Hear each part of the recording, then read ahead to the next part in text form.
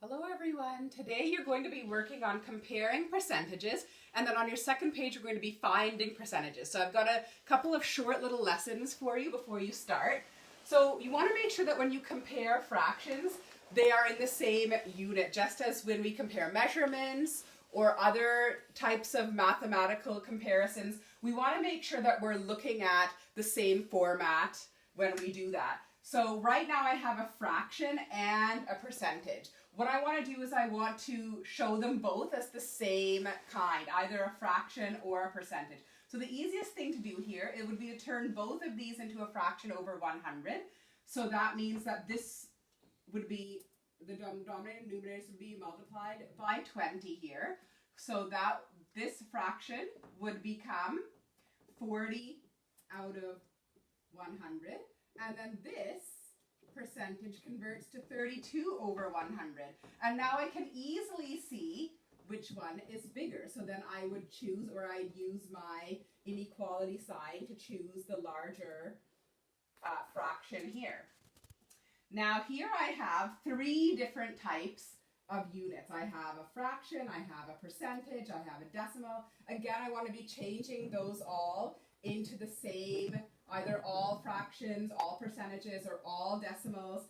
So again, the easiest thing would probably be to turn everything into a fraction out of 100. So 3/5 would become 60 over 100. And then this would just be 42 over 100. And then this would become 73 over 100. And then when we do our final order, we want to make sure we're actually using the original formats when we do that. So let's look here. This one here would be the smallest. So that means 42% is the least. Okay, then we would have 3/5 next.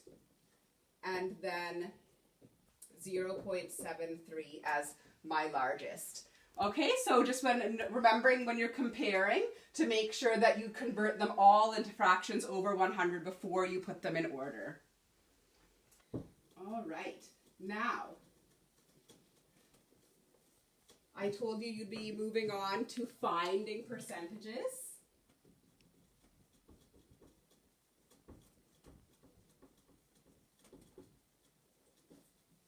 So for example, if you want to find out what is 10% of 100, for example. So what you would be thinking to yourself is, if I had 100 and divided it into 10 parts, all right, how much would each part be worth? So here's the 100, here it is divided into 10 parts. So how much would one of these parts be worth? Well, if this whole thing adds up to 100%, we know that this must be equal to 10%. Okay, so that's easy to see in the model. So 10% of 100 would be 10. All right. Now, I want you to think of another way that you can get 10 without a model, because you're not going to be able to use a model for all of your questions today. It's easy when you're using powers of 10, but then not so much if you're using something like 10% of 9, okay, or 6, or a different number. So now we have to think, how did we get 10 from 100? So think back to division and dividing by 10, which is what I did in that model. I just took my 100 and I divided it by 10.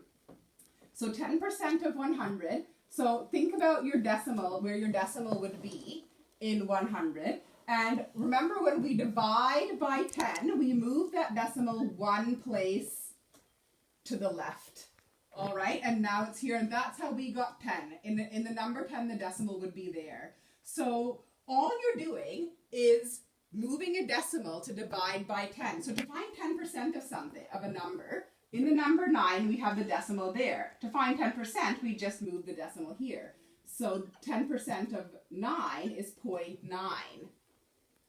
All right, we can do it with even decimal numbers. 10% of 3.5 equals, all you have to do, 10% means you're just dividing that number by 10, so just move that decimal, and 0.35 would be your answer. So it's actually not as complicated as it sounds to find 10% of a number. All it means is division and moving that decimal to the left. All right, now we're going to get a little trickier. So for example, say we want to find 30% of a number. 30% of 21. So the idea here is that you're going to stick with that 10% first, because that's an easy one to figure out. So first, find out what 10% of 21 is. So again, if you have the decimal here in a whole number, 10% of 21 would be 2.1. That decimal would just move here. So now that we know that 10% is 2.1, we know that 30% is 3 times more than 10. So think about that for a minute. So 10% of 21 is 2.1. If I want 30%, all I'd have to do is multiply that 2.1 by 3. So 1 times 3 is 3, 2 times 3 is 6, and that there's one decimal place up here, so I'm going to put it here. So the decimal goes right here, and 30% of 21 is 6.3. So if you wanted to find 40% of 21, all you'd have to do is find 10% and then multiply by 4. If you want to find 60% of 21, then divide by 10 and then multiply by 6.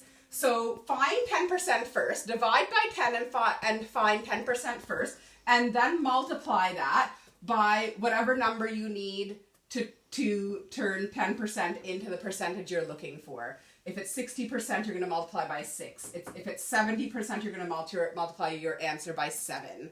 All right, I know that's a lot of information today. See how it goes. Reach out if you have any questions, and have a great day.